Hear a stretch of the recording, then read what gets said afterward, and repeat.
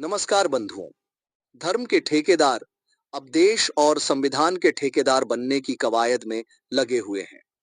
अब ऐसे लोग तय करेंगे कि कौन इस देश का नागरिक होगा और कौन क्या पेशा अपनाएगा, जो खुद कई सालों पहले इस देश में शरणार्थी बनकर आए थे तथा जिनके खुद के धर्म की नींव असमानता, भेदभाव, ऊंच नीच पर टिकी हुई है। आजकल देश धार्मिक कर्मकांड, आयोजनों, पर्वों, सभाओं आदि के रंगों में रंगा हुआ है। इसी माहौल को और भी रंगीन करने के लिए इस बीच खबर आ रही है कि अखंड हिंदू राष्ट्र का पहला संविधान बनकर तैयार हो चुका है। विश्वसनीय एवं प्रसिद्ध अखबार अमर उजाला में छपी यह खबर आजकल खूब चर्चा का विषय बनी हुई है।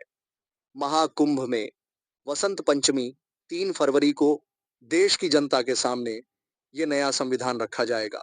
हिंदू राष्ट्र संविधान 12 महीने 12 दिन में बनाकर तैयार किया गया है। सबसे अहम बात यह है कि भारत एक धर्मनिरपेक्ष, पंथ संप्रदाय निरपेक्ष देश है।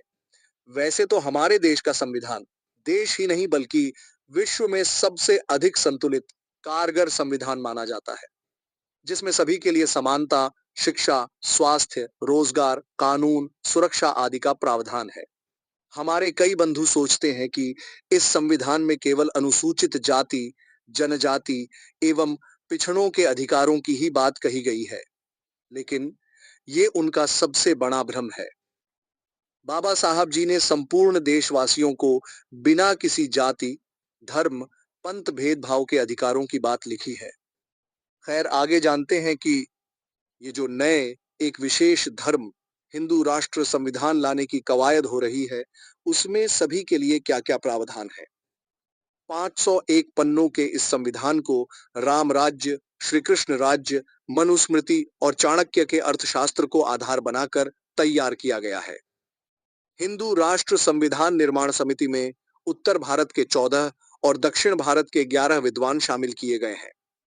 संविधान समिति में काशी हिंदू विश्वविद्यालय, संपूर्णानंद संस्कृत विश्वविद्यालय, केंद्रीय संस्कृत विश्वविद्यालय के विद्वान भी शामिल हैं।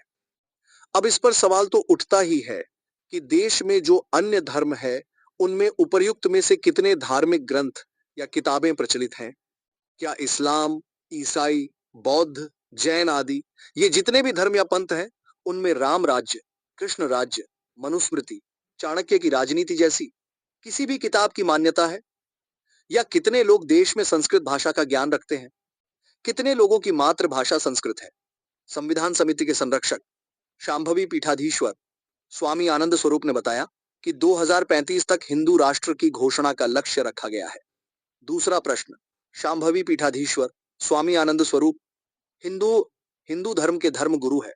क्या ये व्यक्ति देश के किसी आधिकारिक प्रशासनिक पद पर आसीन है या किसी राजनैतिक दल का प्रमुख कार्यकर्ता है, जिसने देश में एक अनोखा कानूनी पुलिंदा हिंदू राष्ट्र संविधान का जिम्मा उठाया है?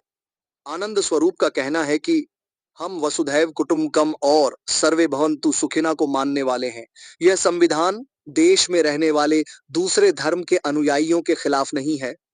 जब ये खुद ही दूसरे धर्म, दूसरे अनुयायी की बात कर रहा है, तो वसुधैव कुटुंबकम की बात ही व्यर्थ हो जाती है। इन महाराज का कहना है कि यहाँ पर सभी को रहने का अधिकार रहेगा, लेकिन राष्ट्र विरोधी गतिविधियों के खिलाफ कार्य करने वालों को सख्त दंड का विधान भी बनाया गया है। संविधान के अनुसार एक सदनात्मक व्यवस्थापिका होगी और सदन का नाम संसद नहीं, हिंदू धर्म संसद होगा। हर संसदीय क्षेत्र में एक धर्म सांसद निर्वाचित होगा। पूरे देश में 543 धर्म सांसद निर्वाचित होंगे। चुनाव लड़ने और लड़ाने का अधिकार केवल सनातन धर्म के अनुयायियों और भारतीय उपमहाद्वीप के पंथ, जैन, बौद्ध एवं सिख मत के अनुयायियों का होगा। विधर्मियों को मताधिकार से वंचित किया जाएगा। मतलब कि यहाँ कौन रहेगा, कौन नहीं, किसको वोट देने का अधिकार होगा, किसको नहीं, कौन इस देश का नागरिक होगा। अब भारतीय संविधान के रहते एक धर्म विशेष के मठाधीश ठेकेदार सुनिश्चित करेंगे। संविधान निर्माण समिति के अध्यक्ष डॉक्टर कामेश्वर उपाध्याय ने भी हिंदू राष्ट्र संविधान पर सहमति दी है। शांभवी पीठाधीश्वर आनंद स्वरूप ने कहा कि भारत के संविधान में अब तक 300 बार संशोधन हो चुका है, लेकिन हमारे धर्म शास्त्रों में अब तक कोई संशोधन नहीं हुए हैं। यदि इस वक्तव्य पर प्रकृति का नियम लागू किया जाए तो समय के अनुसार प्रत्येक वस्तु, आचरण, संस्कृति आदि में परिवर्तन होना स्वाभाविक है। यदि किसी वस्तु या व्यक्ति में परिवर्तन नहीं होता है तो वो निर्जीव या मृत है। तो आप स्वयं समझ सकते हैं कि धर्म एवं संविधान में क्या जीवित और परिवर्तनशील है। आगे जानते हैं और क्या क्या प्रावधान है।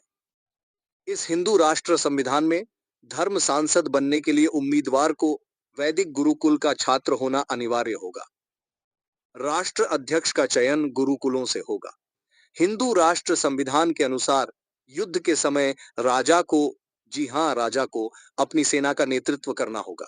हिंदू राष्ट्र में हिंदू न्याय व्यवस्था लागू की जाएगी। राष्ट्राध्यक्ष के नियंत्रण में मुख्य न्यायाधीश और अन्य न्यायाधीश होंगे। भारतीय गुरुकुलों से निकलने वाले सर्वोच्च विधिवेत्ता ही न्यायाधीश के पद को सुशोभित करेंगे।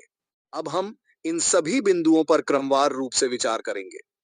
नंबर 1, धर्म सांसद, राष्ट्र अध्यक्ष, न्यायाधीश पद पर उन्हीं का चुनाव होगा जो गुरुकुल के छात्र होंगे।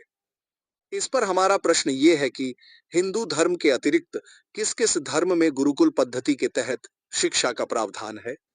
दूसरा प्रश्न, हिंदू धर्म के अनुसार गुरुकुल में केवल जनेऊधारी ही शिक्षा के अधिकारी हैं, शेष शूद्र, अतिशूद्र के लिए शिक्षा निषेध है।